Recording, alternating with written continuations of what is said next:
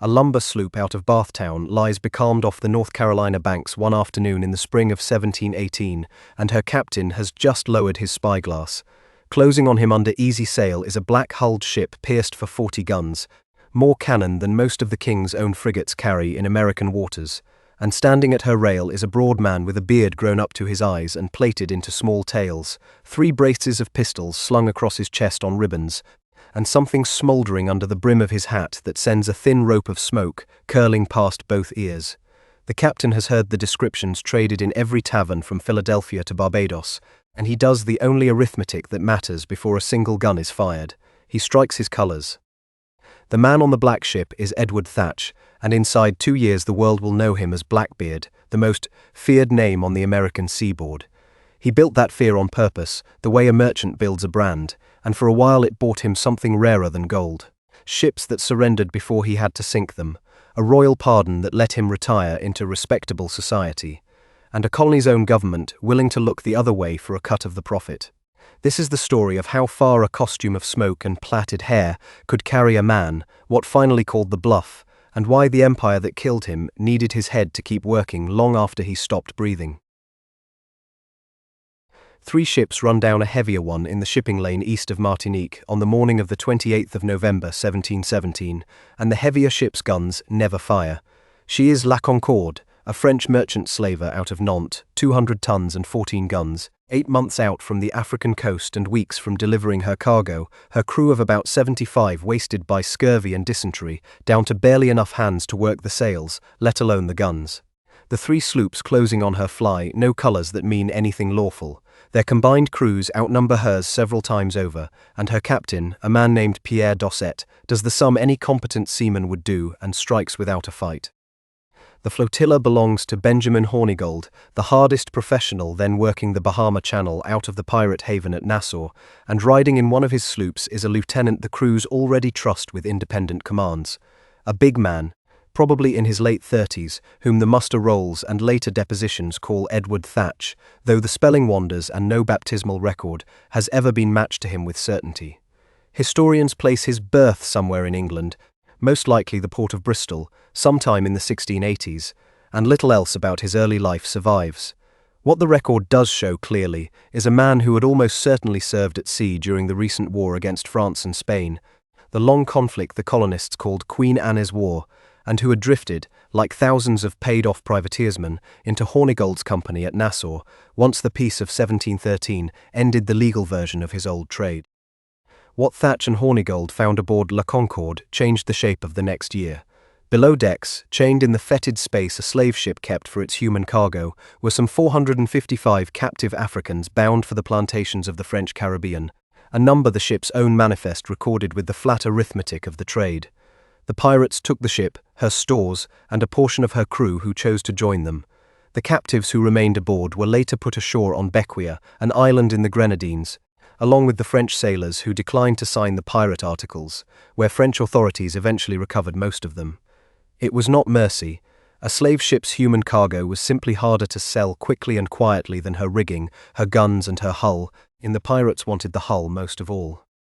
Captain Dosset himself was allowed to sail on. The pirates gave him one of their own smaller, worn-out vessels in exchange for his ship, and he made for Martinique to report the loss to French colonial authorities, who took his sworn statement and that of his surviving officers within days of their arrival. It is largely from that deposition, filed in the French colonial archive and cross-checked since against Spanish and English records of the same pirates' movements, that historians have been able to fix the date, the location, and the ship's specifications with the confidence they do. Dosset had no way of knowing it at the time, but his complaint to a colonial clerk in Martinique would end up outliving nearly every other document connected to the men who robbed him, the accidental foundation of everything later written about the ship he lost. La Concorde herself was the prize that mattered. She was newer and stronger than anything Hornigold's flotilla had carried before, built for the brutal Atlantic crossing and pierced for more guns than she currently carried. Thatch took her in hand, and over the weeks that followed at anchor in the islands, he refitted her from a slaver into a warship. New gun ports cut into her sides until she carried, by most accounts, around 40 cannon,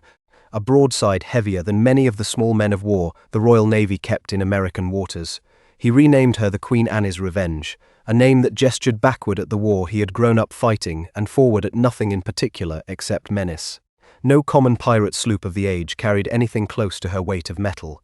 For the first time, a man who had begun the year as one lieutenant among several in another captain's flotilla now commanded, by simple force of hardware, more firepower than most colonial governors could muster to answer him.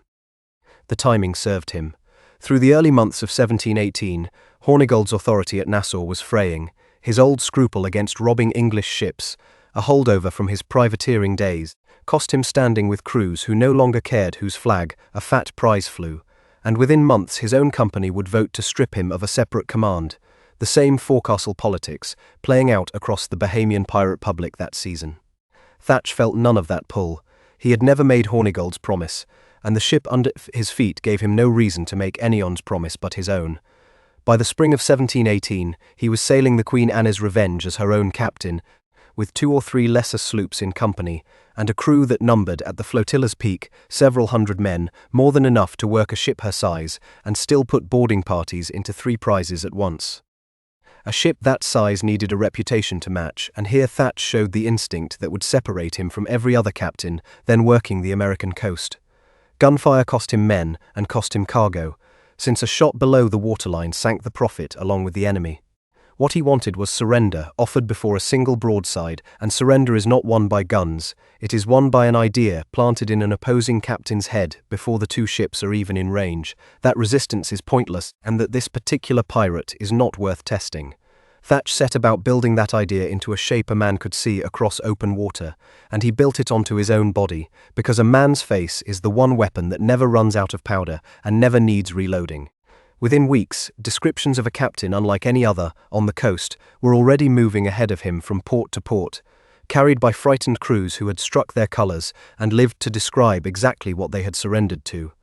What they were describing, though none of them yet had a name for it, was the first pirate to treat his own reputation as a weapon and build it as deliberately as he had built his guns. Take away the beard for a moment, and the tactic underneath it is pure economics. Every prize a captain fought for cost him something twice over, powder and shot that could not be replaced at the next friendly port, and men killed or maimed who could not be replaced at all, not on the terms a pirate crew's own articles wrote for its wounded. A captain who could make 40 merchant crews strike their colours without firing a shot kept his ship whole, his men alive, and his cargo unmarked by cannon fire, and Thatch grasped this arithmetic more completely than any other commander of the age. So he manufactured, deliberately and in full view of witnesses on both sides of the gun deck, the single most effective psychological weapon then afloat in the Atlantic, himself. The build is documented closely enough to reconstruct, because the merchants and sailors who lived through an encounter with him talked about almost nothing else afterward. He grew his beard long, past reasonable grooming even by the loose standards of a deep-sea sailor, up nearly to his eyes, and plaited it into small tails that he tied off with ribbons, sometimes tucking the ends behind his ears. He slung 3 braces of pistols, 6 guns in all, across his chest on bandoliers, so that a man boarding a captured deck saw an arsenal before he saw a face. And in action, according to the Chronicle published 6 years after his death that remains the fullest surviving account, he stuck lit hemp matches, the slow-burning cord gunners used to fire cannon, before the flintlock made it obsolete on smaller guns, up under the brim of his hat, so that the smoke curled around his head and eyes through the whole engagement. The writer reached for the only comparison that felt adequate, and said the effect made him look, quite simply, like a fury from hell. Physical testimony from those who saw him up close supports at least part of the legend, without need of embellishment. Surviving depositions describe a man of unusually large frame for the period, tall and broad enough that his silhouette alone was distinctive at a distance, a natural advantage no amount of costume could have manufactured from nothing. Modern historians examining the sources have grown more cautious, though, about assuming the full theatrical display, the matches, the pistols, the deliberately wild appearance, was a constant, daily presentation, rather than a performance reserved specifically for the moment of engagement, when the audience that mattered most was watching. A captain does not need to alarm his own crew or the dock workers of a friendly port every waking hour. He needs to alarm the one merchant deck he is about to board, at exactly the moment surrender or resistance hangs in the balance. Read this way, The costume looks less like eccentric daily habit and more like a soldier arming for a specific action, assembled deliberately in the final approach to a target, and set aside at least in part, once the business of robbery was concluded. The contrast sharpens against a contemporary like Edward Lowe, a pirate active in the same years whose own crews were remembered for genuine, gratuitous cruelty toward captives, mutilation and killing that served no discernible strategic purpose, and that other pirate captains of the era are recorded distancing themselves from. Thatch's terror, by comparison, was purpose-built and switched off the moment a captain struck his colours. The difference mattered enormously to how each man's legend eventually settled. One is remembered as a monster who happened to be a pirate, the other as a pirate who built a monster's reputation on purpose. None of this was madness, and nothing about it was wasted. A costume built at that scale of menace does exactly one piece of work. It ends a fight in the 10 or 20 seconds before it starts. In the moment, a merchant captain first raises his glass and has to decide whether resistance is worth his crew's lives. Consider what the alternative looked like from the deck of an ordinary trading vessel, armed with 4 or 6 guns and a crew that had signed on to move cargo, not to die for an owner's profit 3,000 miles from home. Against that captain's calculation, a black-hulled ship pierced for 40 guns was already a settled argument. The smoking beard and the bandolier of pistols were not decoration on top of that argument. They were the argument's final, unambiguous punctuation, delivered in a form no interpreter or signal flag was needed to translate. What makes the theatre worth taking seriously as a system, rather than dismissing it as one violent man's vanity, is what the record shows him actually doing with the fear once he had it. Across the whole of his short independent career, spanning roughly the last 18 months of his life, the surviving accounts credit him with dozens of captured vessels and not a single documented killing of a captive before the very last morning of his life, when he died fighting rather than surrendering.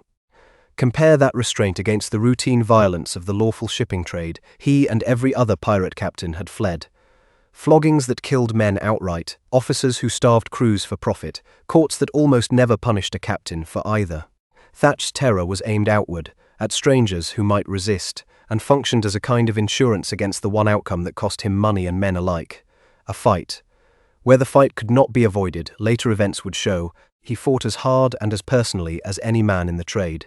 But avoiding it, wherever avoidance was for sale, was always the first and cheaper option, and he built his entire public image to make that sale as often as possible. The costume needed an audience willing to talk, and here the geography of the American seaboard did half his work for him. Every port from Philadelphia to Charleston to Barbados ran on the same currents of gossip that carried prices and politics, and a captain who had struck his colours to Blackbeard had every reason to describe the encounter in the most vivid terms available, both to explain why he had not fought and to entertain the tavern that bought him a drink for the story. Fear, once it starts moving through a trading network built for exactly that kind of fast word of mouth, compounds on its own. A description repeated in 20 ports gains detail with every retelling, and Thatch never had to correct a single exaggeration, because every exaggeration did his work for him more cheaply than another canon would have. By the early months of 1718, the name attached to the smoking beard had already outrun the man attached to it, moving up and down the coast faster than his actual ship could sail, and he was about to put that manufactured reputation to its first great test against an entire American city. By the turn of 1718, the Queen Anne's Revenge and her consorts were working a beat that ran from the Bahama Channel north along the American coast to the Carolinas and Virginia Capes, and the pattern of the captures shows a commander choosing his targets with more patience than the legend of a rampaging monster usually allows. Thatch avoided naval vessels and the largest, best-armed merchantmen as a matter of course. His flotilla hunted coastal traders, sloops, and modest merchant ships carrying rum, sugar, provisions, and manufactured goods between the islands and the mainland colonies, the unglamorous freight that kept the whole Atlantic economy fed. A fast, well-handled sloop with a light crew could not outrun the Queen Anne's Revenge and could not outfight her either, and captain after captain chose the sensible arithmetic over a hopeless one. The flag that flew above these encounters is worth pausing on, because the popular image of a single universal skull and crossbones flown by every pirate in history does not match what the surviving depositions and eyewitness accounts describe. Pirate crews of the period designed and sewed their own devices, and the common thread across most of them was less a fixed picture than a message. Black meant surrender and be robbed, red meant no quarter would be given if resistance continued. Thatch's own flag, by the descriptions closest to his lifetime, showed a skeleton toasting the devil with one hand while spearing a bleeding heart with the other, a design built for exactly the kind of instant legibility his whole strategy depended on.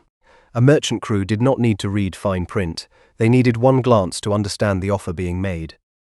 Among the vessels the flotilla absorbed that Spring was a small, fast sloop that would go on to outlast every other ship under Thatch's command. Historians differ on exactly when and where he acquired her, but by later in 1718 he was sailing her as his principal vessel under the name Adventure, the same sloop, so far as the documentary trail can be followed, that would carry him to his final fight off Ocracoke that November. She was nothing remarkable to look at, a working coastal sloop of the kind that carried rum and provisions up and down the American seaboard every week of the year, which was precisely her value. A ship that drew little water, handled quickly in tight channels, and drew no special notice from any merchant captain who happened to pass her on the open sea, right up until the moment her true business became clear. Life aboard a flotilla built on this method ran, in its daily mechanics, on the same account system that governed nearly every pirate crew of the era, articles signed by every hand, a vote for major decisions, and a division of any prize by formula rather than by an officer's favour. Thatch's own signed articles have not survived, unlike the fuller sets recorded from a few of his contemporaries, but every account of his crew's behaviour describes the same recognisable shape: quartermasters handling the common stock, counsels on serious questions, and a captain whose personal authority, for all his engineered terror toward outsiders, still answered to his own company in the ordinary pirate fashion. The fear he manufactured was a weapon pointed outward at strangers on the sea lanes. It was not by any surviving account a tool he used to rule his own crew, who remained free men bound by the same account and the same vote as any other pirate company of the age.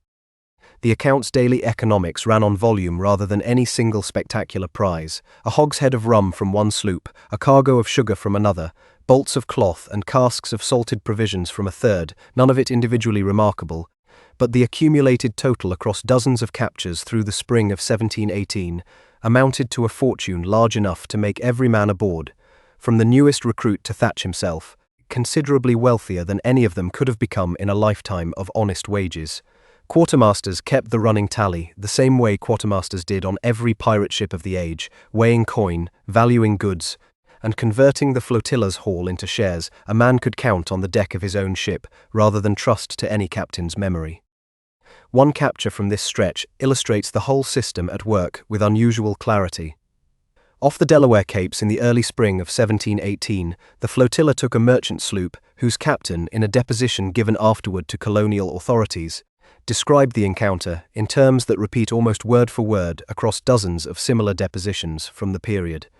The black ship closing under full sail, the flag run up at a range still safe from any gun, and his own decision, made in the space of a few minutes, to strike, rather than test an armament he had no hope of matching. The pirates boarded, took what they wanted from the hold, questioned the crew about other likely prizes on the sea lanes ahead, and let the sloop go largely intact, her crew unharmed and her captain, by his own account, treated with a rough but genuine courtesy once the business of robbery was finished. This was the method working exactly as designed: profit extracted, no blood spilled, and one more witness sent ashore to spread the description that made the next encounter easier still. Colonial authorities who later collected such depositions used them for exactly the purpose paperwork like this usually serves: building a case, however slowly, against a captain whose name was becoming impossible to prosecute without first catching him. By April of 1718, the flotilla's reputation had grown large enough that Thatch could contemplate a target no pirate of the age had yet dared: not a ship, but a city. The colonial governors, up and down the coast, had begun writing anxious letters to London and to one another, describing a pirate force operating with an impunity that suggested the Empire's naval presence in American waters was dangerously thin, and merchants in the port towns had started quietly paying informal tribute, insuring their cargoes against a name rather than against a storm. Thatch, watching his own legend do more work with each passing week than his guns had ever needed to do, decided to test exactly how far a reputation could be spent before it needed backing by force. He turned the Queen Anne's Revenge and her consorts toward Charleston, the richest harbor south of Philadelphia, and prepared to find out whether an entire English colony would strike its colors the way a single frightened sloop captain always had. The bar off Charleston harbor is a poor place to be a hostage, and Samuel Wragg understood that better than most men aboard the ship that took him. Wragg sat on the governing council of the colony of South Carolina, a man of standing and property, and in the third week of May 1718 he had the misfortune to be sailing out through the harbor mouth with his young son, no more than about 4 years old, exactly as Thatch's flotilla arrived to close the port. The pirates took his ship along with 7 or 8 others over the days that followed, a small fleet's worth of Charleston's shipping court, trying to enter or leave a harbor that had, almost without anyone in the town quite grasping it yet, simply stopped functioning. Charleston in 1718 was an unusually rich target, even by the standards of the rice and Indian trade that had made it the wealthiest port south of Philadelphia. The colony's plantations exported thousands of barrels of rice a year through the harbor, and the ships taken in the blockade were consequently loaded with exactly the kind of valuable portable cargo a pirate flotilla wanted most: manufactured goods and coin coming in, rice, indigo, and deerskins going out. The town's defenses had never been built to withstand a determined naval force. Its small forts, more suited to deterring the occasional Spanish privateer than a squadron the size of Thatch's, sat undermanned and undergunned, even by the modest standards colonial governments generally tolerated, a gap between the colony's wealth and its capacity to defend that wealth that Thatch's blockade exposed with brutal efficiency in the space of a single week. For the better part of a week the blockade held. Nothing moved past the bar without Thatch's permission, an extraordinary fact to sit with for a moment. A colonial capital of several thousand people, the wealthiest port south of Philadelphia, effectively shut by a handful of pirate ships that no naval vessel in the colony's waters could challenge. The town's own defenses amounted to little more than a scatter of small forts never designed to fight a squadron, and word of the blockade spread through Charleston with the particular helplessness of a city watching its own economic lifeline strangled by a force it could not answer. Provisions grew tight, fear, an emotion Thatch had spent the previous winter cultivating as a resource, did its work on the council chamber as efficiently as it had ever worked on a single frightened sea captain. Then came the demand, and it was the strangest ransom note the colony's history records. Thatch did not ask Charleston for gold, though the town's vaults and warehouses held plenty worth taking. He sent word ashore that he wanted a chest of medicine, and nothing else would buy back the hostages or lift the blockade. The demand reads, on its face, almost as a mercy, but the calculation behind it was entirely practical. A pirate crew of several hundred men living for months at a stretch in close, unsanitary quarters, sharing rum, prize goods, and the attentions of port town taverns, suffered constantly from the diseases that trade brought with it, syphilis chief among them, along with the fevers and fluxes that killed sailors of every trade at a rate landsmen rarely appreciated. Mercury preparations, the standard treatment of the age for the pox, along with basic surgical instruments and drugs against fever, were worth far more to a captain keeping several hundred men fit for duty than an equivalent weight of silver that could not cure a single sick sailor. Charleston's response has the flavor of farce that colonial records occasionally preserve intact. The council scraped together what the town's apothecaries could supply, while Thatch envoys, sent ashore under a flag of truce to collect the chest, spent the negotiating period drinking in the streets, in no apparent hurry and in no apparent danger, a detail that tells its own story about how thoroughly the town had already conceded the argument. The chest, valued afterward at somewhere between £300 and £400 sterling, a substantial sum for the period, eventually went out to the flotilla. Wragg, his son, and the other hostages came ashore stripped of their better clothes and valuables, but otherwise unharmed, and within days the ships that had held an English colonial capital hostage for the better part of a week simply sailed over the horizon and were gone. Wragg himself survived the ordeal to resume his place on the council for years afterward, one of the few men who could claim to have negotiated, however involuntarily, directly with the most feared pirate on the American coast, and lived to describe it across a dinner table for the rest of his life. What Charleston had just been taught, and what every colony watching from a safe distance absorbed within weeks, went well beyond one alarming afternoon. A private force of criminals, without a single national flag or lawful commission behind it, had extracted a public health subsidy from an English colony at gunpoint, held a councilman's own child hostage without violence, and departed without firing a shot in anger or losing a man to the colony's feeble defences. The medicine chest, more than any silver haul could have, revealed the strange logic running underneath Thatch's whole campaign. This was not simple appetite dressed up as menace, but a system extracting exactly what it needed to keep functioning, calculated as precisely as any legitimate quartermaster's requisition. For the empire watching from London and from the neighbouring colonial capitals, the lesson was worse than the loss of a chest of drugs. It was the demonstration, delivered in the plainest terms possible, that the entire southern seaboard currently had no answer to a man who had built his whole career on knowing exactly what a threat was worth and exactly how to collect on it. South Carolina's own governor, Robert Johnson, absorbed the humiliation personally, and within the year the colony had begun outfitting privateers of its own specifically to hunt the pirates still working the waters off its coast, an escalation that would culminate the following year in South Carolina, forces running down and capturing several notorious captains who had continued preying on the colony's shipping. Charleston's blockade did not cause that later campaign by itself, but it supplied the clearest possible argument for it. A colony that had once tried to wait pirates out discovered, in the space of one humiliating week, exactly what waiting cost. A flotilla of several hundred men divides a shrinking supply of plunder in an arithmetic that gets worse. With every month a captain keeps his company intact, and by June of 1718, weeks after the triumph at Charleston, Thatch faced exactly that problem. A crew that size, spread across the Queen Anne's Revenge and 2 or 3 lesser sloops, could not be fed, paid, and kept loyal indefinitely on the proceeds of coastal trading vessels, however successfully robbed. What happened next at a shallow, treacherous passage on the North Carolina coast called Topsail Inlet, known today as Beaufort Inlet, has never been accepted by historians as a simple accident, and the depositions taken afterward from his own men explain why. Entering the inlet, the Queen Anne's Revenge ran hard onto a sandbar and stuck fast, her hull grinding and finally breaking apart in the shallow water. A sloop that came to her aid ran aground trying to help and was lost as well. By any innocent reading, this was simply bad seamanship in dangerous, poorly charted water, the kind of accident that claimed ships throughout the age of sail with grim regularity. But several of Thatch's own men later swore, in statements given to colonial authorities, once they had reason to turn against their former captain, that the grounding was deliberate, engineered by a commander who had already decided his company had grown too large and too expensive to keep whole. What followed the wreck supports their account more than it contradicts it.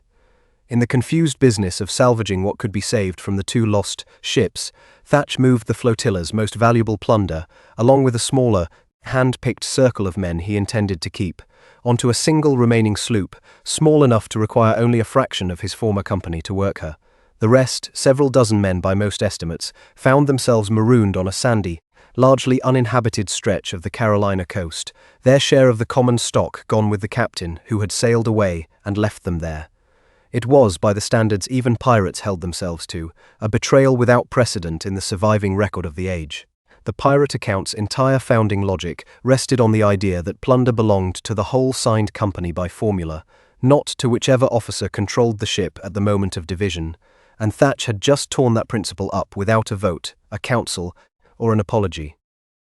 What made the betrayal sting even more sharply, for men steeped in the pirate account's own culture, was how completely it inverted the logic every signed set of articles was supposed to guarantee. A crew's articles existed precisely to prevent this outcome. A captain could be voted out, a quartermaster could check him, a council could try him, all mechanisms built by men who had fled captains with exactly this kind of unaccountable power over their labour and their pay.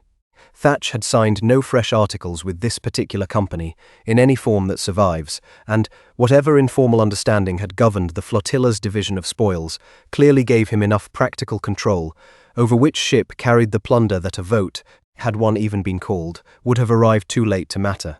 The marooning at Topsail Inlet stands, in the history of the golden age of piracy, is one of the starkest examples of a captain simply overriding the account's entire theory of consent by controlling the one variable, which ship held the treasure, that no vote could retroactively fix. The men he stripped away had no real recourse. Estimates of the number left behind range from about 20 to as many as 40 men, depending on which later deposition is credited most, but even the lower figure represented most of the flotilla's remaining strength. A marooned pirate crew on an empty shore had no ship, no weapons beyond what they carried ashore, and no legal standing to complain to any authority without confessing to piracy in the process, which meant confessing to a hanging offense. Some drifted to nearby settlements and tried to fade into ordinary colonial life. Others, with nothing left to lose, eventually turned informer against the captain who had marooned them, providing exactly the depositions that let later historians reconstruct what had happened at Topsail Inlet in the first place. The company that had blockaded an entire English colony 6 weeks earlier had, in the space of a single tide, been reduced by its own commander from several hundred loyal hands to a loyal remnant small enough for one man to control completely. The wreck itself did not disappear from history the way its victims mostly did. The hull of the Queen Annie's Revenge settled into the sand and silt of the inlet and stayed there, undisturbed, for close to 3 centuries, a wreck no different in that respect from thousands of others lost along the treacherous American coast. What set her apart was the name attached to her, and in 1996 marine archaeologists working from historical charts and depositions identified a wreck site at Beaufort Inlet as very likely hers, the beginning of a recovery effort that has since raised cannon, anchors, surgical tools, and thousands of small artifacts from the silt, physical confirmation of a betrayal that, at the time it happened, only a handful of embittered marooned sailors could have sworn to. The recovery effort at Beaufort Inlet has continued for decades, since the wreck's identification, conducted carefully and slowly under state supervision rather than rushed for spectacle, and it has produced one of the richest archaeological pictures available of any pirate vessel from the Golden Age. Cannon still loaded and ready to fire, navigational instruments, surgical tools, and the everyday debris of several hundred men who lived aboard her for months at a stretch. Conservators have spent years stabilizing artifacts that spent nearly 3 centuries encased in salt water and sediment, work that continues at a North Carolina laboratory built specifically to handle the volume of material the site has produced. Every artifact recovered adds one more small, physical correction to a story that for most of its 3 centuries existed only on paper. For Thatch, standing on the deck of his one remaining sloop in the summer of 1718, with a smaller crew and a fortune concentrated into fewer hands than ever, the wreck was not an ending. It was a house cleaning, and it cleared the way for the next and stranger phase of his career. Not flight from the law, but a negotiated peace with it. Within weeks of marooning his own crew on a Carolina sandbar, the most feared pirate on the American coast rode into the smallest, poorest capital in English America and asked to be forgiven. Bath was barely a town at all in 1718, a scatter of a few dozen houses along the Pamlico River, the seat of a colony so short on resources and population that its own governor, Charles Eden, held almost no military force capable of compelling anyone to do anything. Thatch presented himself there in June, within weeks of the wreck at Topsail Inlet, and claimed the king's pardon. A general amnesty King George government had proclaimed the previous September for any pirate who surrendered by a fixed date, later extended into 1719, in the hope of draining the pirate republic at Nassau of manpower more cheaply than a naval war ever could. The pardon took the shape of a single signed certificate, issued in the king's name, and countersigned by whichever colonial governor accepted a pirate's surrender, and it was on paper, unconditional and complete. A surrendering man kept whatever plunder he had already taken and walked away a free citizen, provided he committed no further piracy afterward. For a government with only a handful of warships to spare for the whole American station, it was a genuinely rational policy, an offer designed to do with a signature what a fleet could not do with cannon. That same summer, a newly appointed governor named Woodes Rogers was crossing the Atlantic to take up residence at Nassau itself and enforce exactly this bargain against the pirate republic at its source, backed by real naval force for the first time in years. Thatch, watching the tide of the age turn against the base that had made him, chose the quieter colony and the quieter governor. Eden accepted his surrender, and by the terms of the amnesty, the most wanted man on the coast became, in the eyes of the law, simply Edward Thatch again, a private citizen with a fortune of uncertain but considerable size, and no further questions to answer about how he had acquired it. Bath held the distinction, when Thatch arrived, of being North Carolina's oldest incorporated town, chartered a little over a decade earlier in 1705, and even that modest seniority had not made it prosperous. Its population numbered only in the dozens of families, spread along a low, marshy stretch of the Pamlico River, with no real fortifications, no printing press, and no permanent military garrison of any kind. Across the American colonies that same year, several hundred other pirates are estimated to have come in under the same general amnesty, drawn out of the pirate republic at Nassau and the smaller havens along the coast by the same calculation that had brought Thatch to Eden's door. Fortune already made was worth more spent openly than risked further at sea. He spent that fortune settling into the role with visible enthusiasm. Thatch acquired property near Bath and, by most contemporary accounts, married a local woman, the daughter of a planter of some standing in the colony, in a ceremony performed with Governor Eden himself, reportedly presiding, or at least present among the guests. The Chronicle of Piracy, published 6 years later, the same source that describes his smoking beard in such vivid detail, claims she was his 14th wife, a figure no colonial record independently confirms, and that most historians treat as an exaggeration layered onto a legend that scarcely needed embellishing to begin with. What the more reliable local records do confirm is a man dining with the province's planters, welcomed into a small colonial society that had within living memory watched its own trade strangled by exactly the kind of pirate now sitting at its tables and drinking their wine.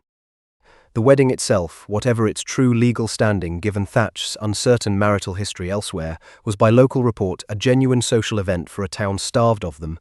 drawing guests from among the province's small planter class who had few enough occasions for celebration in a colony this thin on population and amusement. A famous, wealthy, and by all appearances reformed guest of honor, arriving with silver to spend and stories to tell, was exactly the kind of novelty a settlement like Bath rarely saw twice in a generation, and the province made the most of it while it lasted.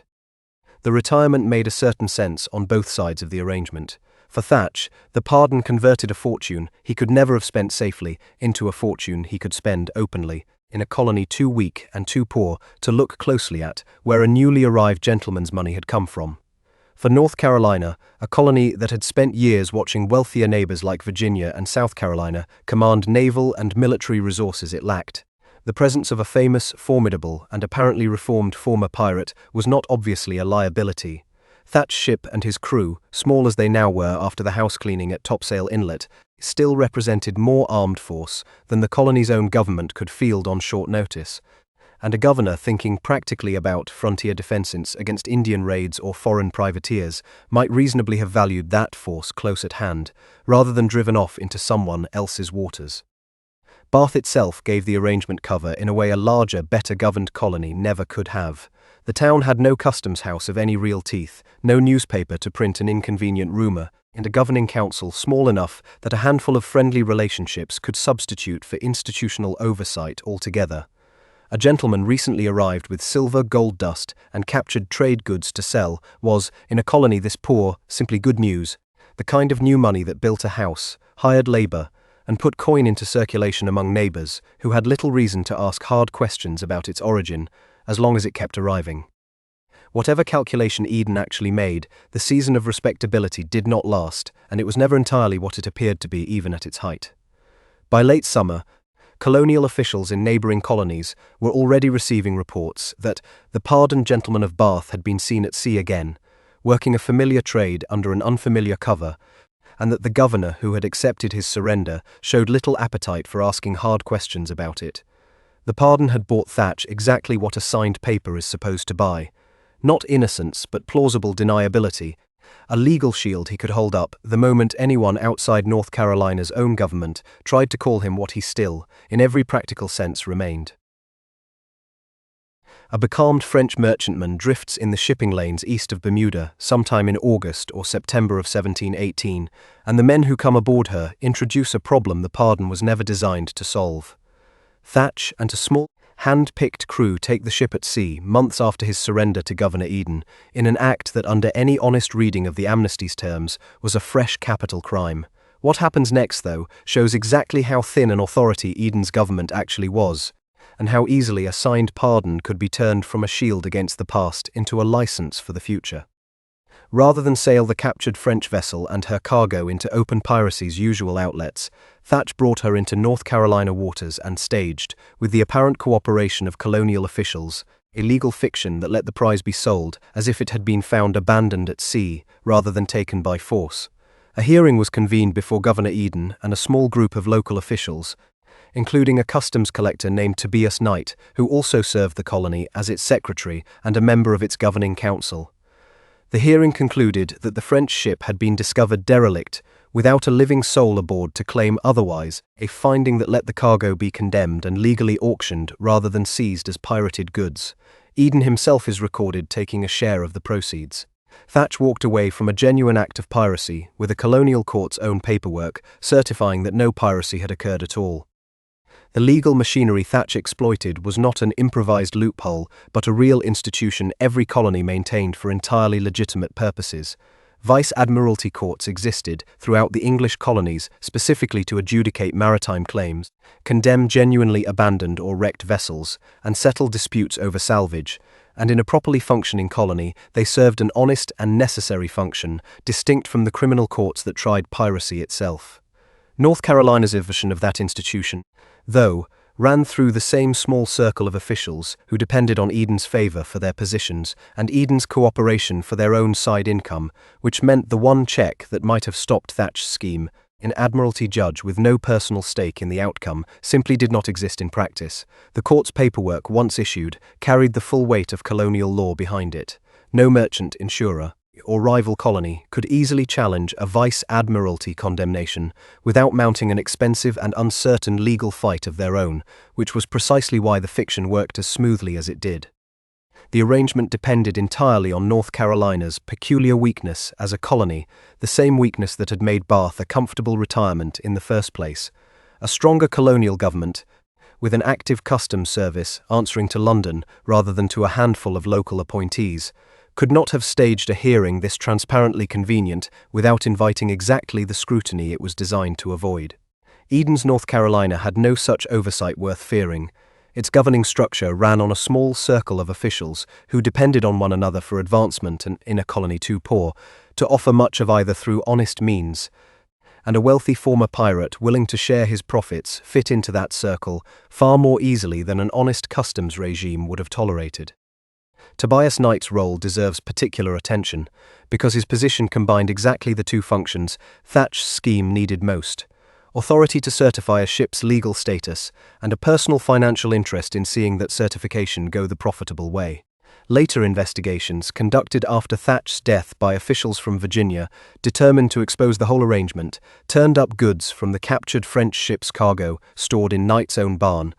along with correspondence suggesting a far closer relationship between the colony's second most powerful official and its most famous resident than either man's public conduct had ever admitted.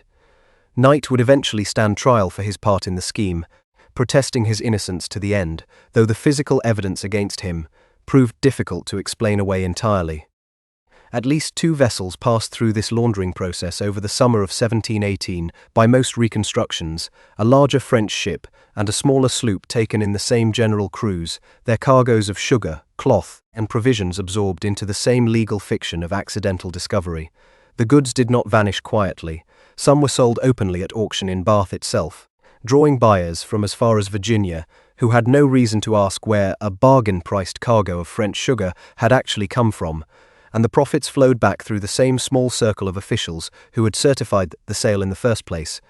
Eden and Knight chief among them, each collecting a share that a functioning customs regime elsewhere in the colonies would never have tolerated.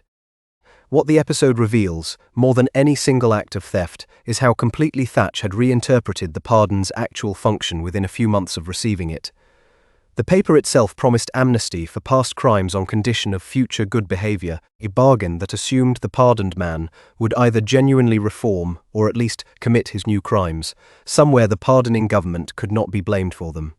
Thatch instead treated the pardon as the opening move in a longer negotiation, proof that a captured colony's own officials could be persuaded, for a sufficiently attractive cut, to certify almost anything a court needed to hear. Protection, it turned out, could be purchased the same way plunder always had been, not with force this time,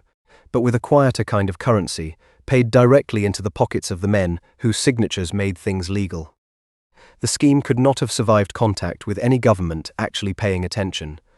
and this was precisely its weakness. North Carolina's neighbors were paying attention, even if North Carolina's own officials were not. Merchants in Virginia and South Carolina who had lost cargo, and shipowners whose vessels had vanished into a captured colony's rigged hearings, wrote letters describing a pattern too obvious to ignore: a pardoned pirate, still armed, still crewed, operating with what looked increasingly like official sanction from a neighboring colony's own government. Those letters were about to reach a governor with both the motive and, however dubiously, the means to act on them in a colony with real naval force and none of North Carolina's patience for a famous man's continuing crimes. Ocracoke Inlet offered Thatch almost everything Nassau once had on a smaller and quieter scale: a sheltered anchorage behind a barrier island, water too shallow for a deep-draft naval vessel to follow him into position squarely astride the shipping lane that funneled coastal trade past the Carolina banks. By October of 1718 he was using it as his regular base, careening his sloop on the sand to scrape her hull, taking on water and provisions, and, increasingly, hosting other captains who found the same shallow inlet just as convenient for the same reasons. The most notorious of his visitors that autumn was Charles Vane, a hard and famously defiant captain who had spat at the same royal pardon Thatch now claimed to be living under, and whose own crew would depose him for cowardice within weeks of leaving Ocracoke's anchorage. For several weeks that October, by multiple contemporary accounts, Vane's company and Thatch's remaining crew shared the inlet in what amounted to a running party. Bonfires on the beach, punch passed between ships, music, and the kind of loud, extended fellowship that pirate crews of the age reserved for the rare stretches when no one was actively hunting them. It was, on a much smaller scale, a recreation of exactly the world Nassau had briefly been, transplanted into a quiet corner of a colony too weak to object. Vane's own presence at the gathering reflected a career already running out of options elsewhere. He had spent much of 1718 evading the same general pardon Thatch had accepted, refusing every opportunity to surrender and finding the waters around Nassau increasingly hostile once Governor Woodes Rogers arrived there with real naval force behind him. Ocracoke offered Vane exactly what it offered Thatch: a temporary harbour beyond the reach of any government actively hunting him, and the two captains' history together. Vane had served under Thatch's rough patronage in earlier years, gave the visit a genuine cordiality beyond mere convenience. Vane's stay proved brief. Within weeks of leaving Ocracoke's anchorage that autumn, his own crew would vote to depose him after his celebrated refusal to fight a French warship, the very kind of accountability moment that governed pirate crews throughout the era, and that Thatch himself had shown no comparable deference to since marooning his own men 5 months earlier at Topsail Inlet. The gathering did not exist in isolation from the mainland behind it. Local farmers and fishermen along the Pamlico and Core Sounds found a captive, cash-rich market camped on their doorstep for weeks at a stretch, and residents who might otherwise have reported strange sail to the nearest magistrate instead rode out with fresh provisions, livestock, and drink to sell at prices no ordinary customer would have paid. The same thin, permissive colonial structure that had let Eden's government launder Thatch's captured cargo now let an entire stretch of coastline quietly profit from hosting his party. A pattern of small, individually reasonable transactions that added up across an entire community to the same complicity playing out at every level of North Carolina society, from the governor's council down to the fishermen selling oysters off a rowboat. None of it required anyone involved to think of themselves as a pirate's accomplice. It required only the ordinary human calculation that a paying customer anchored offshore was worth more, in a poor colony with few paying customers of any kind, than the abstract risk of a distant, unenforced law. Depositions taken from sailors who passed near the inlet that autumn, some of them briefly taken captive and later released, describe a half-dozen or more vessels anchored together behind the barrier island, crews moving freely between ships, in an atmosphere closer to a fair than to a criminal hideout. One captured sloop's master later told investigators he had watched pirates from both companies roll casks of confiscated wine up the beach and broach them in full daylight, an image that made its way, embellished a little further with each retelling, into the letters colonial officials were now writing to London with mounting urgency. One deposition compared the noise carrying across the water some evenings to a country fair rather than a criminal encampment, fiddle music and shouting audible to boats passing well outside the inlet after dark. the Revel did not stay quiet for long. Word of a gathering that size, involving two of the most notorious names then still at large in American waters, moved up the coast with the same speed that had once carried the descriptions of Thatch's smoking beard. Merchants and ship captains passing near the Carolina banks reported the anchorage crowded with strange sail. Colonial officials in Virginia, already receiving Tobias Knight's rigged hearings and the smuggled French cargo as evidence of North Carolina's complicity, now had a second and more urgent worry layered on top of the first. A new pirate haven, however small compared to Nassau at its height, appeared to be forming inside the borders of an English colony that either could not or would not do anything about it. The alarm reached furthest in Virginia, whose own governor had the most immediate reason to care. Virginia's shipping lanes ran directly past the waters Thatch now controlled, and its merchant community had spent the better part of 2 years absorbing losses to exactly the kind of pirate now wintering, apparently at his ease, less than a day's sail from the colony's own capital. What made the situation intolerable rather than merely troublesome was the geography of it. North Carolina's government, whether through genuine weakness or active complicity, showed no sign of moving against a resident who had, by every account reaching Virginia, resumed piracy in everything but name, while still legally protected by a pardon its own governor had personally granted. Thatch, for his part, seems to have judged the risk in Ocracoke's isolation itself. The inlet, a shallow water that kept out naval frigates, also kept out casual scrutiny, and North Carolina's government, compromised as it already was, had given him no reason to expect trouble from that direction. What he could not fully account for was a neighboring colony's governor deciding that a threat sitting just across an internal colonial boundary was, for practical purposes, no different from a threat sitting inside his own waters, and that the normal courtesies between colonial jurisdictions could be set aside if the alternative was watching a pirate haven consolidate itself within arm's reach of Virginia's own trade. That decision, made in Williamsburg rather than in Bath or London, would determine everything that happened to Thatch over the next several weeks. Letters reached Williamsburg through the autumn of 1718, carrying the same complaint in a dozen different hands. Ships lost, cargo gone, and a pirate captain living openly and apparently untouchable less than a day's sail down the coast. Alexander Spotswood, Virginia's governor for 8 years by then, read them with a frustration sharpened by a fact his merchants understood as well as he did. The man they were describing was not hiding from the law. He was living inside it, protected by a royal pardon and, was, by the apparent cooperation of a neighboring colony's own government, and Spotswood's own commission gave him no clearer authority to reach across that colony's border than it gave any private citizen. Spotswood's own record as governor made him an unusually apt man to attempt exactly this kind of unilateral gambit. He had spent much of the previous decade pursuing ambitious, often personally financed projects with only loose sanction from Virginia's own assembly, founding a settlement of German immigrant miners at Germanna to work iron deposits he believed the colony was neglecting, and pushing colonial expansion westward past the Blue Ridge in an expedition he organized and funded largely through his own initiative. Each project had drawn criticism from Virginia's planter elite, who resented a governor willing to commit the colony's resources or his own to schemes they had not fully endorsed. That same restless, self-directed instinct, more asset than liability, when a genuine threat sat close enough to strike quickly, was about to be aimed at a problem no committee process could have solved in time to matter. The frustration had a name and a specific shape by November. Reports from North Carolina described Thatch resuming piracy in everything but name, laundering captured cargo through rigged hearings before Governor Eden's own council,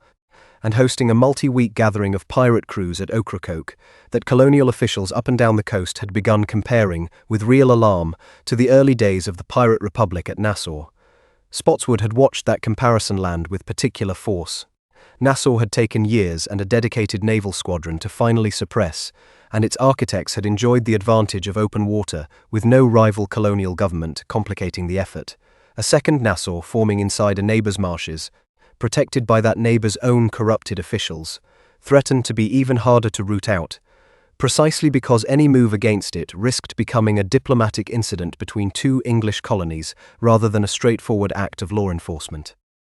Woodes Rogers had reached Nassau that July with a small squadron and a royal commission to govern the Bahamas directly, and his arrival marked the effective end of the pirate republic that had sheltered Thatch, Vane, and dozens of other captains for the better part of 3 years. Spotswood followed the reports from Nassau closely, and the contrast unsettled him. A properly resourced governor, backed by real naval force, had broken a pirate haven many times the size of anything forming at Ocracoke within a matter of months. North Carolina, by comparison, showed no sign of attempting anything similar against a threat a fraction of the size. A discrepancy Spotswood read less as evidence the threat was manageable, and more as proof that North Carolina's government itself, not merely its resources, had failed. Virginia's own merchant community had by this point catalogued specific losses running into the thousands of pounds across dozens of separate incidents, cargoes of tobacco, foodstuffs, and manufactured goods taken by Thatch flotilla or by captains operating in loose association with it. And their petitions to Spotswood's council through the autumn of 1718 carried a specificity, named ships, named losses, named dates, that made the abstract problem of piracy impossible for a governor already inclined to act to ignore any longer. Spotswood's temperament left him little patience for waiting on a slower, more proper solution. He had built a reputation during his time in Virginia as a governor willing to act first and defend the legality of his actions afterward,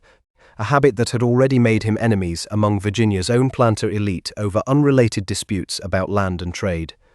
Faced with a threat he judged both urgent and, by his own reasoning, plainly within the spirit if not the strict letter of his authority to answer, he chose the same approach again. Rather than petition London for authority he might wait months or years to receive, or appeal to North Carolina's government for cooperation he had every reason to expect would not come, Spotswood decided Virginia would act on its own and set his own council to work finding the legal grounds to justify it.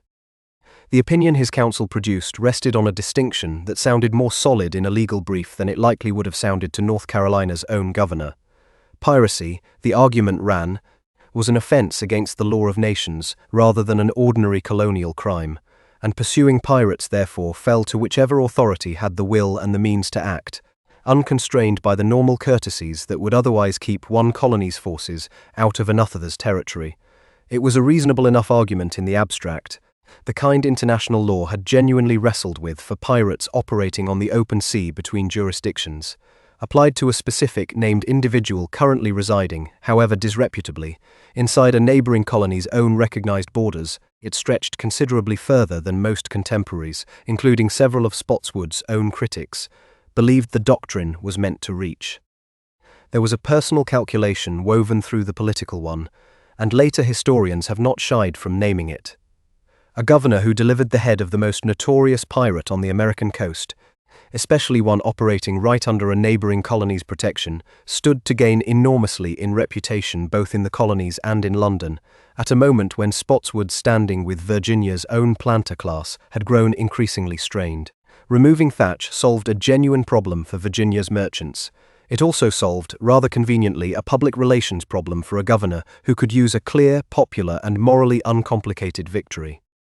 None of that uncertainty slowed him down.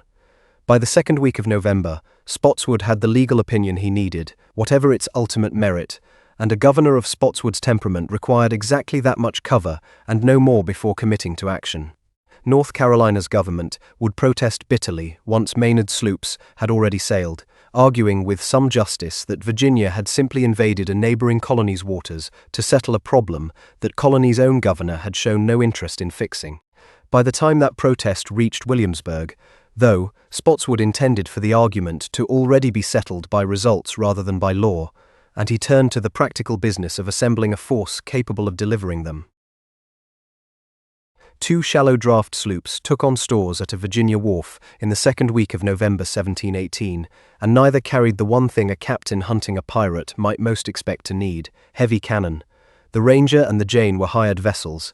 chosen specifically because their shallow hulls could follow Thatch into the sounds and inlets behind North Carolina's barrier islands, where the Royal Navy's own frigates, the Pearl and the Lime, drew too much water to go. Their crews, though, came directly off those frigates, roughly 55 men in all, armed with muskets, pistols, and cutlasses rather than the ship's guns they were used to fighting behind, a trade of firepower for reach that the expedition's whole plan depended on. Maynard's own career gave Spotswood reason for confidence beyond mere availability. He had served in the Royal Navy for over a decade by 1718, rising through the unglamorous, competence-rewarding path of a professional officer rather than through patronage or family connection, and his posting to the Pearl on the Virginia station reflected exactly the kind of steady, unspectacular record that made a governor comfortable in trusting him with an operation where a single rash decision could cost Virginia both the men and the political argument it was staking on the outcome. He had no particular history with Thatch and no personal grievance to settle, which suited Spotswood's purposes precisely. He wanted a professional executing a mission,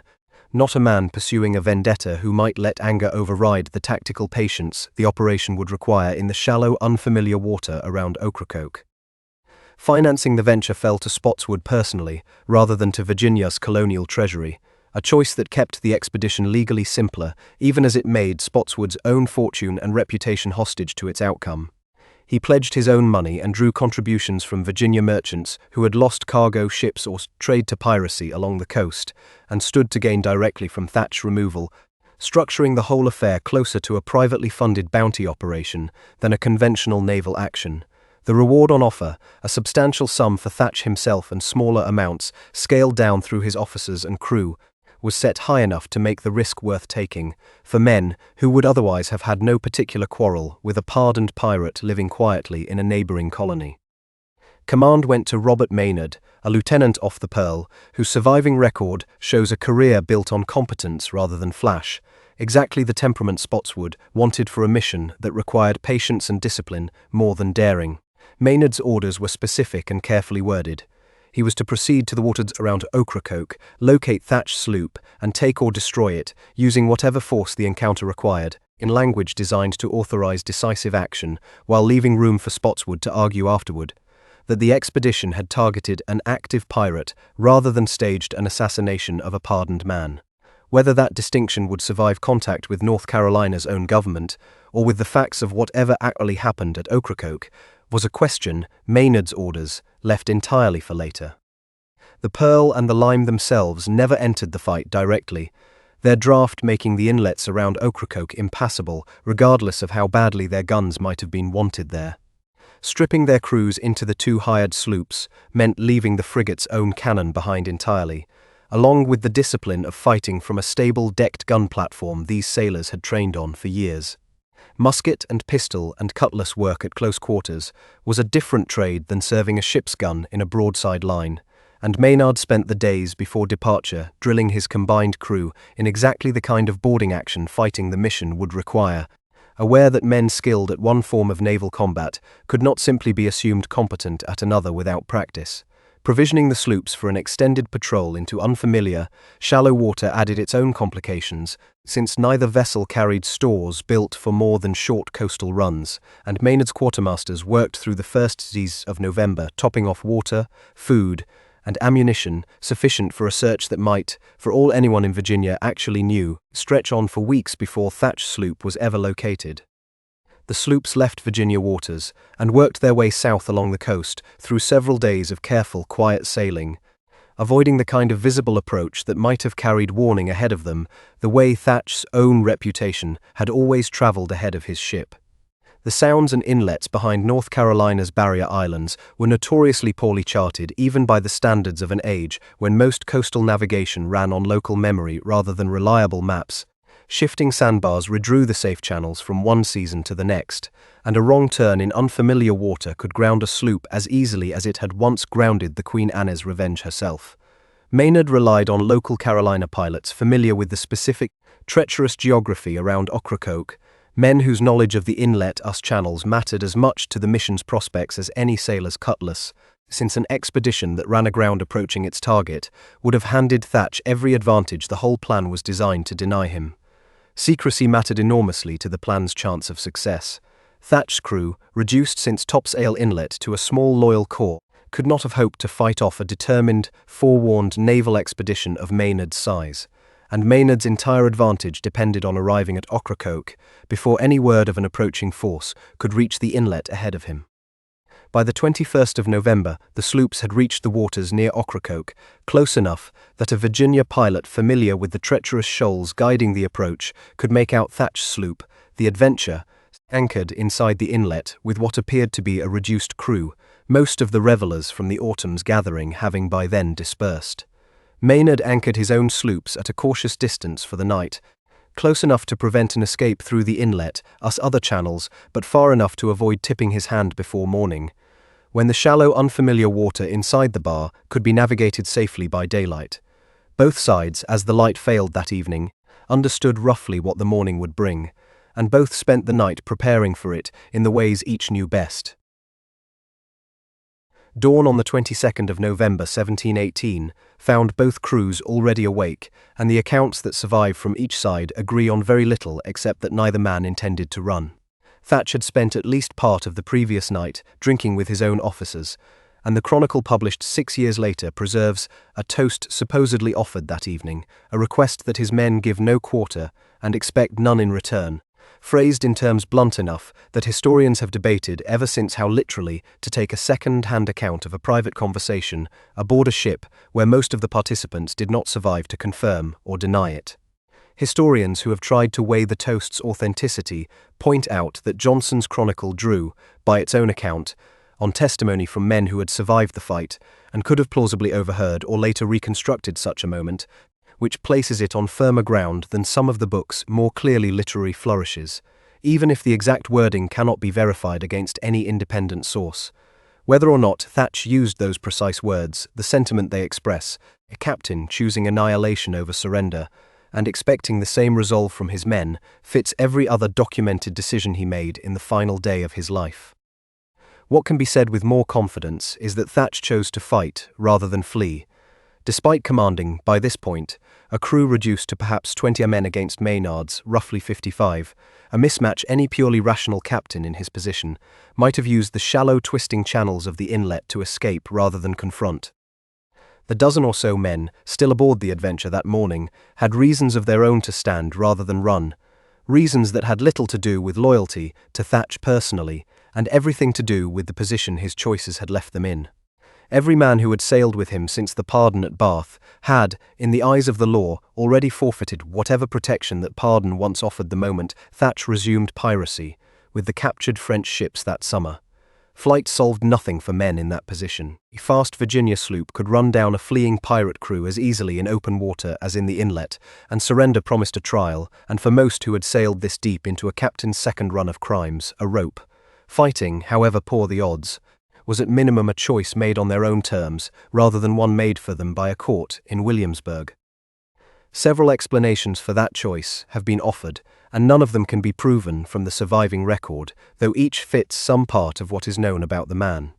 He may have judged, correctly as it turned out in the battle's opening minutes, that his single sloop's cannon, fired at close range into Maynard's crowded, largely unarmoured vessels, could inflict damage disproportionate to his own numbers before the fight ever reached the close quarters, where Maynard's larger crew would matter most. He may simply have concluded that a man who had built his entire career on a reputation for fearlessness could not now flee a fight without destroying the very asset that had carried him this far, whatever the tactical cost of that decision turned out to be. Both explanations describe the same man, a captain who had spent a year and a half treating his own image as a resource too valuable to spend carelessly, now facing a moment where preserving that image and preserving his life had come, for the first time, into direct conflict. Maynard, for his part, had spent the night working his sloops carefully forward through water his pilots knew imperfectly,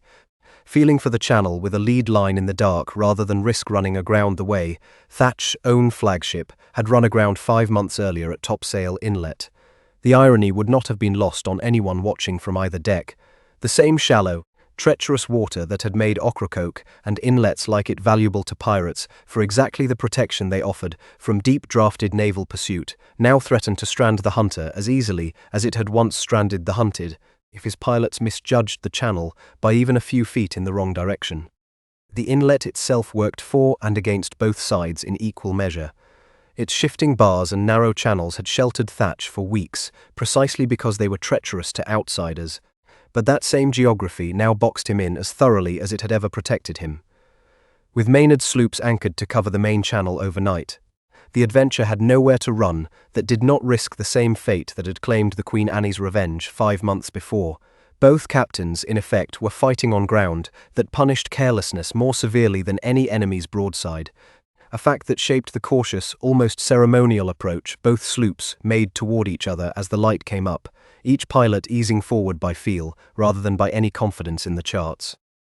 As the light strengthened, Thatch's sloop, the Adventure, worked to gain the advantage of position, and the two small fleets maneuvered through the shallow channel with the careful, almost formal caution of vessels that both knew a single grounding could decide the entire encounter before a shot was fired. Thatch hailed Maynard's approaching sloops directly, according to the fullest surviving account, demanding to know under what authority they came, and by whose commission, a question that cut to the heart of Spotswood's entire legal gamble, even as cannon fire was about to render the answer academic. Maynard is said to have replied that he came under the King's commission and intended to give no quarter, language that mirrored, whether by coincidence or design, the very terms Thatch had reportedly used with his own crew the night before. The exchange, brief as it was, marks the last moment either side had any real choice left to make. Both captains had committed publicly, in front of their own men, to a fight neither could now back away from without a humiliation that would have followed the survivor for the rest of his life, on whichever side of the law he ended up standing. Thatch's remaining crew, a fraction of the company that had once blockaded an entire city, stood to what guns and cutlasses they had. Maynard's men, crowded below decks and along the rails of two undergunned sloops, waited for the order that would commit them to boarding a vessel they could not yet know carried, gun for gun, more firepower per man than their own force could match in the battle's opening exchange. The first broadside decided more of the battle than either commander expected it to. As Maynard's sloops closed the final distance, Thatch's gun crew fired a full load of cannon, shot, and scrap metal directly into the crowded deck of the Jane, Maynard's leading vessel, at a range close enough that the blast tore through packed men with an effect no musket volley could have matched. The Jane's own commanding officer and several of her crew went down in that single exchange, dead or badly wounded, and for a moment the entire expedition's carefully built plan hung on the edge of a fight that might have ended before it properly began. Maynard's response was the one tactical decision that historians most consistently credit him for, and it turned the battle's apparent momentum inside out within minutes.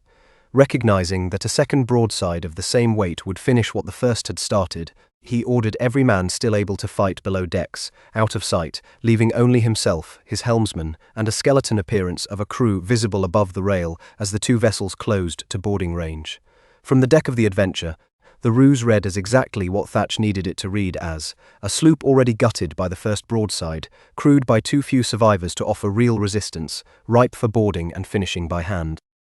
Thatch took the bait completely. As the two sloops came together, he led a boarding party of his own remaining men across onto what he believed was a nearly empty deck, shouting, according to the account written closest to the events, that the enemy crew was all killed, or too badly wounded to matter. The words were barely out of his mouth before Maynard's hidden men came up through the hatches, and off the deck where they had been lying flat, weapons ready, in the fight that followed was not the mopping-up operation Thatch had expected, but a close, chaotic melee fought hand-to-hand across a deck slick underfoot, cutlass and pistol and bare fist, with no room for the kind of disciplined volley fire either side's training would normally have relied on. Thatch and Maynard found each other directly in the crush, and the two accounts closest to the event, drawn from surviving witnesses on both sides, describe a personal, sustained fight between the two commanders rather than an anonymous clash lost in the general melee. Maynard reportedly fired first and wounded Thatch, who came on regardless and broke Maynard's sword in the exchange that followed, a detail vivid enough that historians treat it as more credible than some of the errors, more embellished pirate lore, since it appears independently in more than one contemporary account. What ended the fight was not a single blow, but an accumulation of them. Surviving witnesses and the coroner's later account describe Thatch taking numerous pistol wounds and sword cuts, by most tallies more than 20 separate injuries between shot and blade, before he finally collapsed and died on his own deck. He fought, by every surviving account from both sides of the battle, until the moment his body simply could not sustain another wound. Johnson's Chronicle, the fullest surviving account of the fight's final moments, puts a specific tally on the damage Thatch's body absorbed before he fell, 5 gunshot wounds by its count, and upwards of 20 separate sword cuts, a level of physical punishment that later medical historians examining the account have called consistent with a man fighting through genuinely mortal injuries, rather than succumbing quickly to any single blow. Whether the exact numbers are precisely accurate or rounded for dramatic effect by a chronicler writing 6 years after the fact, the underlying claim that Thatch continued fighting well past the point most men would have gone down appears consistently enough across the surviving fragments of testimony that historians treat the general picture, if not each individual number, as reliable. Maynard himself did not escape the melee unmarked, taking wounds of his own in the close fighting around the two commanders before reinforcements from below decks turned the tide, and several of his own men who had survived the devastating opening broadside now found themselves fighting hand-to-hand with injuries already sustained minutes earlier. The battle's total cost, once the fighting finally stopped, left both crews diminished by roughly a third of their engaged strength between killed and wounded, an unusually heavy toll for an engagement that had lasted, from the first cannon shot to the last man disarmed, well under half an hour. The fighting around the two commanders did not end cleanly with Thatch's death. Scattered hand-to-hand combat continued across the Adventure's deck for some minutes more as Maynard's men worked to subdue the last of Thatch's crew, several of whom fought on even after their captain had fallen, a detail that undercuts any easy image of Thatch Company as loyal only to fear rather than to the man himself. By the time the deck was finally secured, casualties had run heavy on both sides. Several of Maynard's own men killed or wounded in addition to those lost in the opening broadside, and most of Thatch's remaining crew dead, wounded, or taken prisoner, with only a small handful managing to escape ashore in the confusion. What happened in the minutes immediately after the fighting stopped set the tone for everything that followed. Maynard, standing on a deck littered with the dead and dying from both crews, ordered Thatch's head severed from his body, a decision that reflected both practical necessity, since proof of the kill mattered enormously for collecting Spotswood's promised reward, and a calculated understanding of exactly the kind of message a governor fighting a legal battle over jurisdiction, as much as a military one against piracy, would need delivered in the most unambiguous form available. The body itself, according to a detail the Error's storytellers seized on almost immediately, and which cannot be independently verified from any contemporary written source, was said to have been thrown overboard and to have circled the sloop several times before finally sinking, a piece of folklore that says more about how quickly the man was already becoming a legend than about anything that could plausibly have happened to a corpse missing its head. The verified part of the story needed no embellishment. Within an hour of the fight's end, the most feared pirate on the American seaboard existed only as a trophy on the deck of the ship that had killed him, and Maynard turned his sloops back north to make sure everyone between Ocracoke and Williamsburg understood exactly what that trophy meant. A severed head lashed to a ship's bowsprit is not primarily evidence. It is a message, built to be read from a distance by exactly the audience the sender most wants to reach, and Maynard understood the assignment as well as any propagandist of the age. He had the head suspended from the bowsprit of his own sloop for the passage back to Virginia, a grim figurehead announcing, to every vessel that passed, and every shoreline the sloops sailed within sight of, precisely what had happened at Ocracoke, and precisely who had accomplished it. By the time the expedition reached Virginia waters, word of the outcome had travelled up the coast faster than the ships carrying the physical proof of it. Spotswood, receiving Maynard's report, moved quickly to convert a military outcome into the political victory he had gambled his own money and reputation on producing. The head was taken from the ship and mounted, according to the most consistent accounts, on a pole at the mouth of the Hampton River, a landmark on the approach to one of Virginia's principal ports, where every incoming and outgoing vessel would pass close enough to see exactly what the colony's governor had done, to the man who had, for a season, made an entire stretch of the American coast pay him tribute. The display served the same function Thatch's own smoking beard once had, a piece of engineered theatre aimed at an audience that needed the message delivered in a form no written proclamation could match. Piracy, however protected by a neighbouring colony's corruption, still had an answer, and Virginia had just supplied it.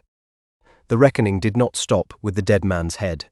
Maynard brought back prisoners from among Thatch's surviving crew, and colonial authorities in Williamsburg put a little over a dozen of them on trial for piracy in the weeks that followed, a proceeding that resulted in the hanging of most of the men taken alive at Ocracoke, their executions carried out publicly as the same kind of instructive theatre the Empire had always relied on to make an example of piracy's cost, with a small number spared on grounds of having been forced or newly recruited into the crew against their will, a distinction colonial courts of the period took seriously enough to occasionally act on. The trials also gave Virginia's investigators their formal opportunity to pursue the corruption that had let Thatch operate so openly from inside North Carolina, and Tobias Knight was arrested and charged with receiving pirated goods and colluding in the rigged hearings that had laundered Thatch's later captures. Knight's trial exposed exactly the arrangement the previous months had only suggested from a distance. Investigators produced goods traced to the captured French ship's cargo found stored in Knight's own barn, along with testimony describing his role in the hearings that had certified Thatch's captures as legally salvaged rather than stolen. Knight protested his innocence through the proceedings, and the case against him ultimately collapsed short of a final conviction, an outcome that satisfied almost no one following the affair closely, though it did little to repair the damage already done to his reputation or to Governor Eden's. Eden himself faced no formal criminal charge, protected by the office he held and by the difficulty of proving a governor's personal knowledge of a scheme he could all claim his subordinates had run without his direct involvement. But the political damage to his administration proved durable. North Carolina's own reputation among the other American colonies, already thin, took years to recover from the perception that its government had, for the better part of a year, functioned as a pirate's silent partner. Eden himself, remarkably, paid no lasting formal price for his part in sheltering and profiting from Thatch's later crimes. He remained governor of North Carolina for several more years, dying in office in 1722 of natural causes, a quiet ending that many contemporaries considered a scandal in its own right, that the one man whose office had made the whole arrangement possible walked away from the affair with his position, and by most accounts a portion of his fortune, entirely intact. The Ocracoke affair, unresolved and legally awkward as it remained between the two colonies, nonetheless changed how neighboring English colonies approached piracy along the American coast in the years that followed. Governors who had once waited for London's distant naval resources to address a regional threat had watched Spotswood demonstrate, however irregularly, that a determined colonial government could fund and execute its own solution faster than any appeal to the Admiralty ever would. The precedent was not formally endorsed by anyone in a position to make it official policy, but informally, in the correspondence colonial governors exchanged with one another through the early 1720s, Ocracoke was cited often enough as the model of what decisive local action against piracy could accomplish. The jurisdictional argument that had made the entire expedition legally uncertain never received the clean resolution either side might have wanted. North Carolina's government formally protested Virginia's armed incursion into its waters, in the dispute simmered in correspondence between the two colonies, and eventually London for months, without ever producing a definitive ruling on whether Spotswood's counsel had been right that pursuing pirates justified crossing a neighboring colony's border uninvited. In practice, the argument settled itself the way most contested legal questions of the period eventually did, when one side held a dead pirate's head and a grateful merchant community, and the other held an increasingly awkward set of questions about its own governor's judgment. Spotswood claimed his reward, collected his reputation, and let the legal dispute fade into the kind of unresolved colonial correspondence that historians, rather than courts, would eventually have to sort through. For the ordinary people of the Carolina and Virginia coast, the practical result mattered more than any of the jurisdictional argument. The most feared name on the American seaboard was gone within a single morning's fighting, his crew scattered, hanged or dispersed, and the shipping lanes, that had spent the better part of 2 years paying informal tribute to a reputation, could, for the first time since the wreck of the 1715 treasure fleet had scattered thousands of desperate privateersmen across the Caribbean, move without calculating the odds of meeting a black flag along the way. What none of them yet understood was that the man himself had already stopped mattering nearly as much as the story about him, a story that was, even as his head dried on its pole above the Hampton River, already growing into something considerably larger than the 11 months of piracy that had produced it. 6 years after Maynard's sloops sailed home with a head on the bowsprit,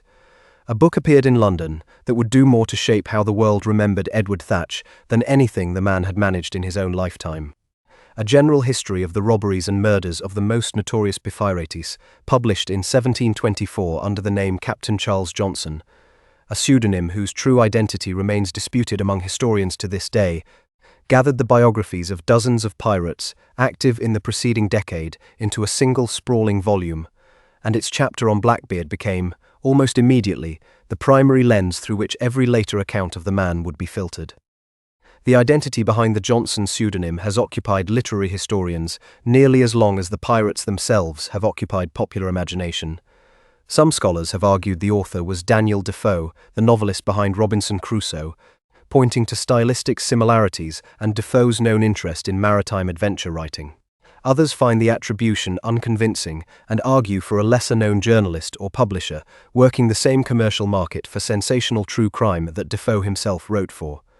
No definitive proof has settled the question either way, and the uncertainty is oddly fitting for a book that did more than any other single source to blur the line between documented history and vivid invention in exactly the subject it claimed to record with authority.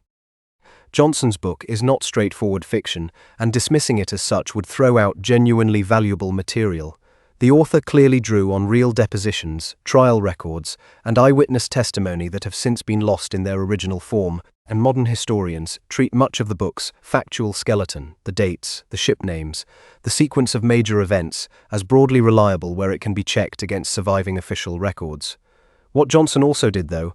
and did with the instincts of a writer who understood exactly what would sell, was dramatize the material into vivid, quotable, occasionally unverifiable scenes. The toast to no quarter, the 14th wife, the description of Thatch as a fury from hell, each rendered with a specificity that reads as eyewitness testimony, but cannot always be traced back to a named, checkable source. The line between documented fact and Johnson's own embellishment, in other words, runs directly through nearly every vivid detail that makes the Blackbeard story memorable, and untangling one from the other has occupied historians for 3 centuries since.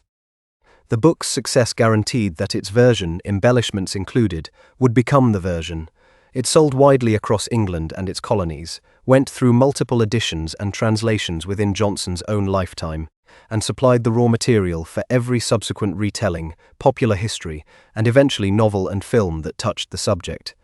A man who had spent barely 18 months as an independent pirate captain, and who left behind no letters, no confirmed portrait made from life, and no account in his own words of anything he had done or believed, became instead almost entirely a character constructed by other people's writing, beginning with Johnson and continuing, with each retelling adding its own embellishment, into the present day. Nowhere did the legend outrun the evidence more completely than in the matter of buried treasure. Popular imagination has long attached to Blackbeard, as it has to pirates generally, the image of chests of gold buried on some lonely shore and marked with a secret map, waiting for a fortunate discoverer to dig it up centuries later. No contemporary record from Thatch's own lifetime describes him burying treasure anywhere, and the practice, as historians who have studied the period's actual financial patterns generally agree, made little economic sense for pirates as a class. Plunder was typically shared out among a crew within weeks of capture under the account system nearly every pirate company operated by, converted quickly into coin, goods, drink, and the ordinary business of living, rather than hoarded in the ground against some uncertain future return. The buried treasure image belongs far more to the fiction that grew up around piracy in the century after the Golden Age ended than to any practice the pirates themselves are documented to have followed, and treasure hunters have combed the Carolina banks for 3 centuries in pursuit of chests that the historical record gives no genuine reason to believe were ever buried there at all. The 2 centuries after Johnson's book only widened the gap between the documented man and the figure popular culture eventually settled on. 19th century writers, working in an age that romanticized piracy as adventure rather than treating it as the desperate, violent labor dispute it had largely been, added invented dialogue, supernatural flourishes, and a swashbuckling glamour entirely absent from the contemporary depositions, reshaping a calculating, businesslike terror campaign into a costume drama. By the time the 20th century stage and film adaptations had done their own further reshaping, the historical Edward Thatch had become almost unrecoverable beneath layers of invention, piled on top of Johnson's own already embellished foundation, each generation's storytellers adding just enough to keep the legend serviceable for their own audience's taste. What the legend did preserve accurately, curiously enough, was the core mechanism of the man's actual career, The understanding that reputation could function as a weapon in its own right, separate from, and sometimes more powerful than the guns behind it. Johnson's book, and every retelling since, kept alive precisely the image Thatch himself had spent his short career building: the plaited beard, the smoking matches, the aura of a man too terrifying to resist, because that image was simply too vivid and too useful a story to let fade, in exactly the way Thatch had once counted on it, being too vivid and too useful for a frightened merchant captain to test. The legend that outlived him was, in that narrow sense, his most successful and most durable creation, more enduring by far than the fortune his crew divided, the pardon that briefly protected him, or the corrupted colonial government that had sheltered him at Bath. By the time the last of his contemporaries had died of old age, the historical Edward Thatch, an obscure Bristol-born privateersman, who spent most of his life leaving no record at all, had been almost entirely absorbed into Blackbeard, a figure built as much from Johnson's prose and 3 centuries of retelling as from anything the man himself was ever recorded doing. The costume had outlived the man who wore it, which was in its way precisely the outcome the costume had always been designed to achieve. Line up the actual calendar of Edward Thatch's independent career against the size of the legend it produced, and the mismatch is almost absurd.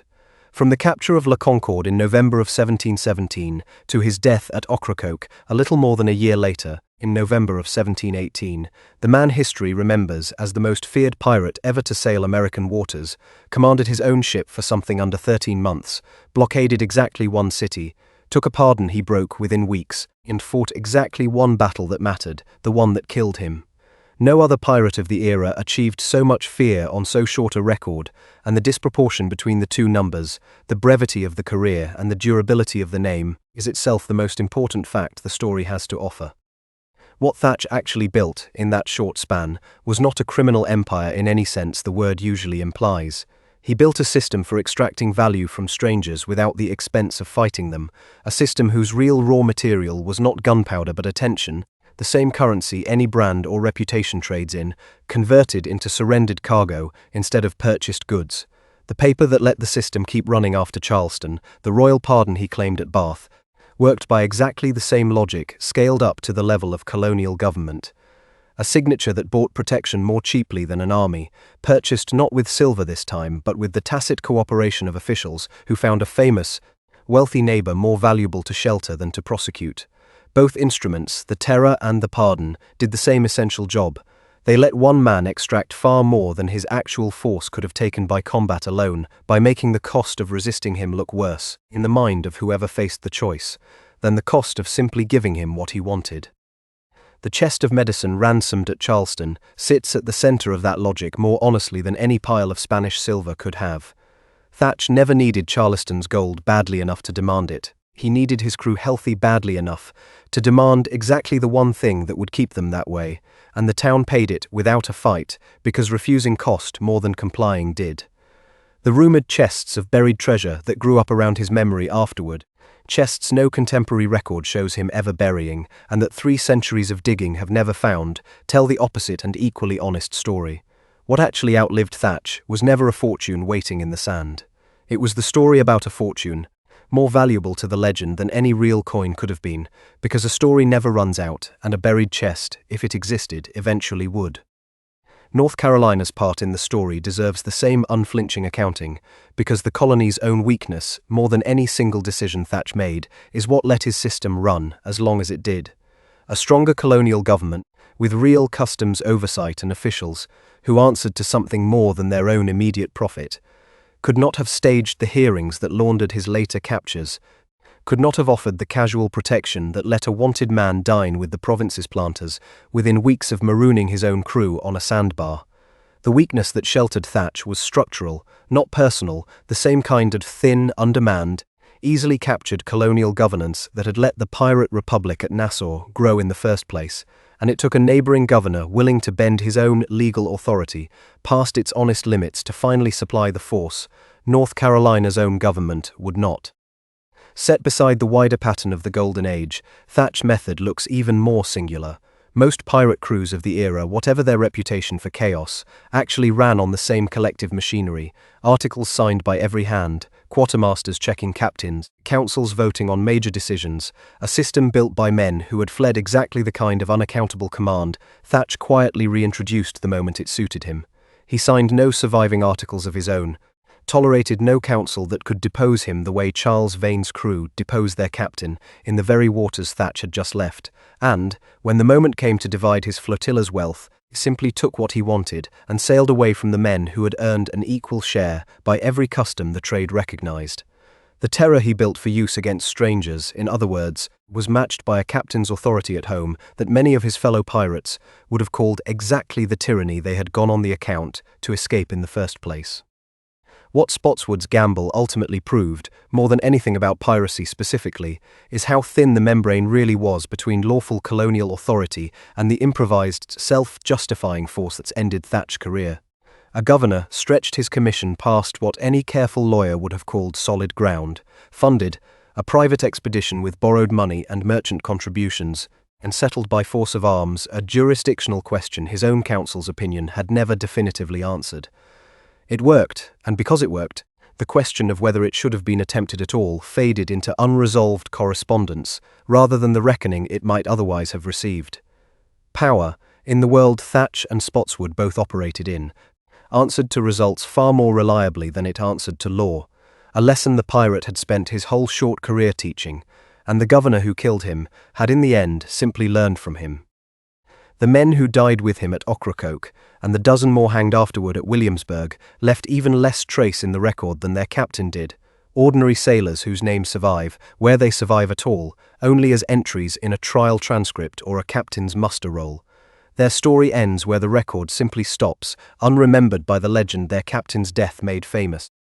The smoke that once curled from beneath a hat brim in battle went out for good on a November morning at Ocracoke, but the story built around it never did. It moved from a merchant captain's frightened description to a chronicler's embellished pages, to 3 centuries of retelling that turned a Bristol privateersman with an unremembered face into the single image most people now carry of what a pirate looked like at all. The man commanded a ship for barely a year. The costume he built to protect it is still, 3 centuries later, doing exactly the work he built it to do. The pole above the Hampton River rotted eventually, the way every gibbet and grim warning of the age eventually did,